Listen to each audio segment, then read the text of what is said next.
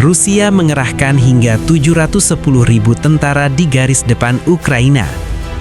Serangan terus digencarkan, namun kerugian besar membuat Moskow kesulitan membentuk cadangan strategis. Prajurit baru dikirim ke medan tempur tanpa persiapan, memicu krisis moral dan protes di dalam pasukan. Analis menilai Rusia hanya mampu menutup kerugian, bukan merebut wilayah baru. Akankah strategi mahal ini mengubah arah perang? Saksikan laporan lengkapnya.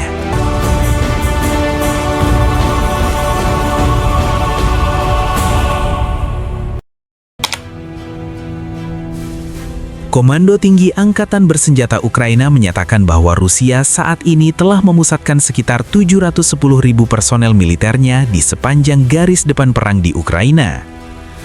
Pernyataan ini disampaikan langsung oleh Panglima Angkatan Bersenjata Ukraina, Jenderal Oleksandr Syrskyi, yang menegaskan bahwa konsentrasi pasukan tersebut mencerminkan tekanan besar yang terus diberikan Moskow di hampir seluruh sektor pertempuran.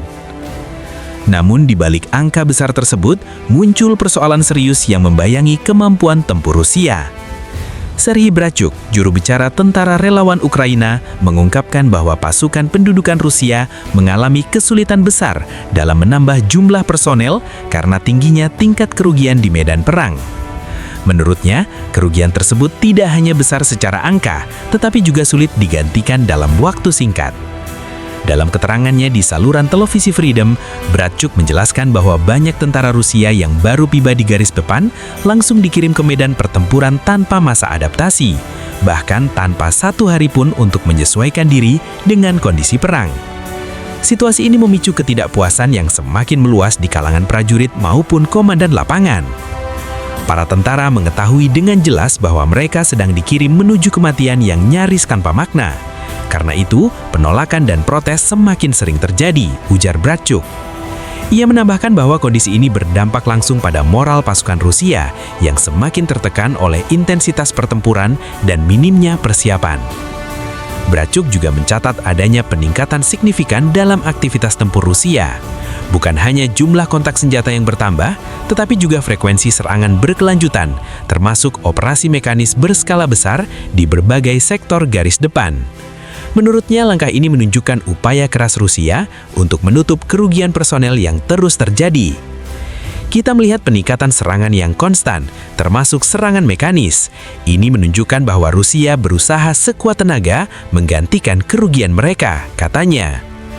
Meski demikian, Brachuk menilai upaya tersebut belum membuahkan hasil signifikan. Ia menegaskan bahwa sangat sulit bagi Rusia untuk sekedar menggantikan kerugian yang ada, apalagi meningkatkan kekuatan hingga mencapai target 800.000 hingga 850.000 personel di garis depan, sebagaimana direncanakan Moskow hingga akhir tahun. Saya tidak mengatakan bahwa situasi ini mudah bagi kami, justru sangat sulit. Jumlah tentara Rusia masih banyak, ada yang terlatih, ada yang kurang terlatih, bahkan ada yang sama sekali tidak siap. Namun kami memahami dengan sangat baik bahwa taktik serangan daging selalu berakhir buruk bagi Rusia, tegasnya. Menurut Brachuk, kegagalan Rusia dalam menutup kerugian juga dipengaruhi oleh faktor ekonomi. Beban finansial perang yang berkepanjangan ditambah dengan serangan Angkatan Pertahanan Ukraina yang semakin sering menghantam wilayah Rusia jauh di belakang garis depan, mempersempit ruang gerak Moskow dalam mempertahankan laju mobilisasi dan logistik perang. Penilaian serupa disampaikan oleh para analis dari Institute for the Study of War. Dalam analisis terbarunya, ISW menyebutkan bahwa Rusia saat ini tidak mampu membentuk cadangan strategis yang memadai. Akibatnya, pada tahun mendatang, Rusia diperkirakan akan dipaksa untuk terus maju secara perlahan dengan biaya yang sangat mahal, baik dari sisi personel maupun perlengkapan militer. ISW menilai bahwa tanpa cadangan strategis, setiap upaya ofensif Rusia akan sangat bergantung pada pemindahan pasukan dari satu sektor ke sektor lain.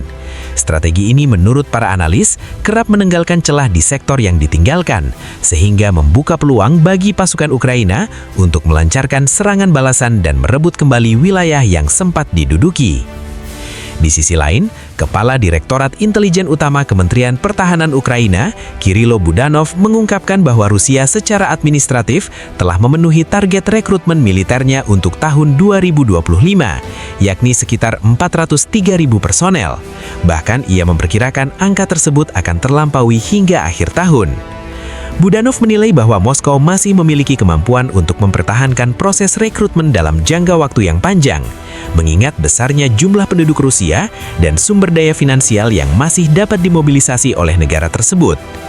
Ia juga menyebutkan bahwa Rusia berencana meningkatkan target mobilisasi hingga sekitar 409.000 personel pada tahun 2026.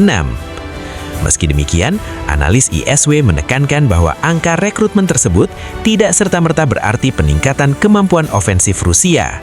Menurut mereka, aliran personel yang masuk saat ini pada dasarnya hanya cukup untuk menggantikan kerugian yang terus terjadi di medan perang, bukan untuk membentuk kekuatan baru yang mampu merebut wilayah tambahan secara signifikan.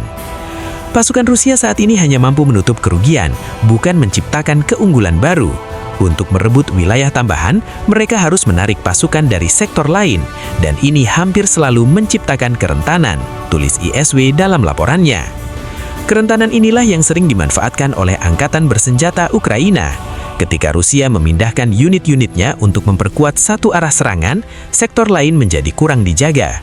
Dalam beberapa kasus, situasi ini memungkinkan Ukraina melancarkan serangan balasan yang berhasil memukul mundur pasukan Rusia dan merebut kembali posisi penting.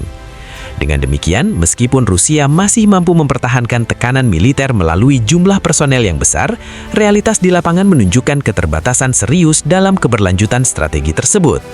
Tingginya kerugian, tekanan ekonomi, rendahnya moral pasukan, serta ketidakmampuan membentuk cadangan strategis menjadi faktor-faktor utama yang membatasi kemampuan Rusia untuk mengubah jalannya perang secara menentukan. Perang pun diperkirakan akan terus berlangsung dalam pola yang melelahkan, dengan Rusia melancarkan serangan bertahap berbiaya tinggi, sementara Ukraina berusaha memanfaatkan setiap celah yang muncul akibat penataan kembali pasukan lawan. Dalam kondisi seperti ini, keseimbangan perang tetap rapuh, dan dinamika di garis depan dapat berubah sewaktu-waktu, bergantung pada kemampuan masing-masing pihak dalam mempertahankan sumber daya manusia dan materialnya.